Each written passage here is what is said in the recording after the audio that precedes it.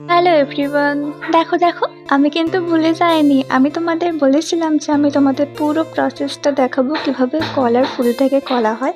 এটা 2 দিন আগেকার ক্লিপ আর এইটা হচ্ছে আজকের ক্লিপ।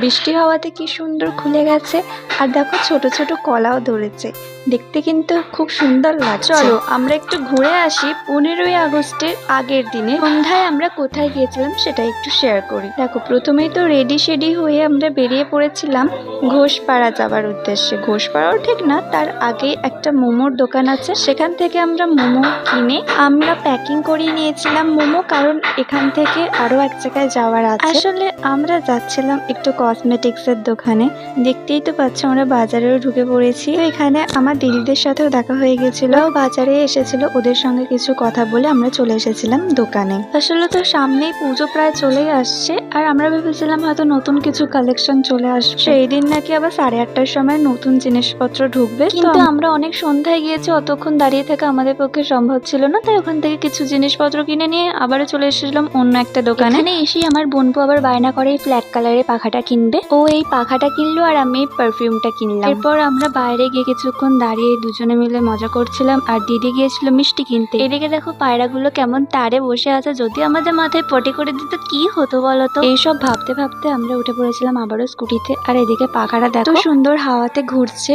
আমি তোকে বললাম একবার পিছনে কর, আমি দুটো ভিডিও ক্লিপ নিই, তারপরে ও পিছনের দিকে করলো, তারপরে ও আবার সামনের দিকে ঘুরিয়ে নিয়েছিল, বেশ ভালো ঘুরছিল। আমরা তো চলেই এসেছি, আর এদিকে আমার দিদিরা বাড়ি যাবে বলে বেরিয়ে পড়ছিল। তারপরেই তো বাড়িতে এলাম, এসে ফ্রেশ হয়ে বসে পড়েছিলাম মোমো খেতে, কারণ অনেক সন্ধ্যায় বেরিয়েছিলাম আর আসতে অনেকটা দেরি হয়ে গেছে, তাই খিদেও পেয়েছিল। মোমোটা কিন্তু খেতে অনেক টেস্টি ছিল, যখনই মোমো খাই ওই দোকান থেকে নিয়ে আসি। আর আমরা নিয়েছিলাম 2 প্লেট মোমো, একটা প্লেট মাত্র 30 টাকা করে, আর এক প্লেটে ছিল 5 পিস, আর এর সাথে ছিল চিলি চাটনি আর ছিল চিকেন স্যুপ। স্যুপটার টেস্টটা মোটামুটি ছিল। এরপরে দেখো এটা হচ্ছে 15ই আগস্টের দিন। আমি যে স্কুল থেকে পড়াশোনা করে এইচএস পাস করেছি, এটা সেই স্কুলেরই র্যালি ছিল। স্কুলটির নাম হলো গড়ভবানীপুর আরপি ইনস্টিটিউশন বা গড়ভবানীপুর রামপ্রসন্ন বিদ্যানিকেতন। পুরো স্কুল র্যালিতে বেরিয়েছিল। আমারও মনে পড়ে গেল আমার কথা, কারণ আমরাও বেরিয়েছিলাম এক সময়। যাই হোক 15ই আগস্টের দিন তোমাদের কেমন কাটলো অবশ্যই জানিও। ওটা এডিট করতে একটু দেরি হয়ে গেল। আজকের মতো এখানেই শেষ করি, আবার দেখা হবে অন্য কোনো নতুন ভিডিওতে। আমার ভিডিও যদি আপনাদের ভালো লাগে অবশ্যই লাইক কমেন্ট শেয়ার করে পাশে থাকবেন, আর আমাকে ফলো করতে ভুলবেন না।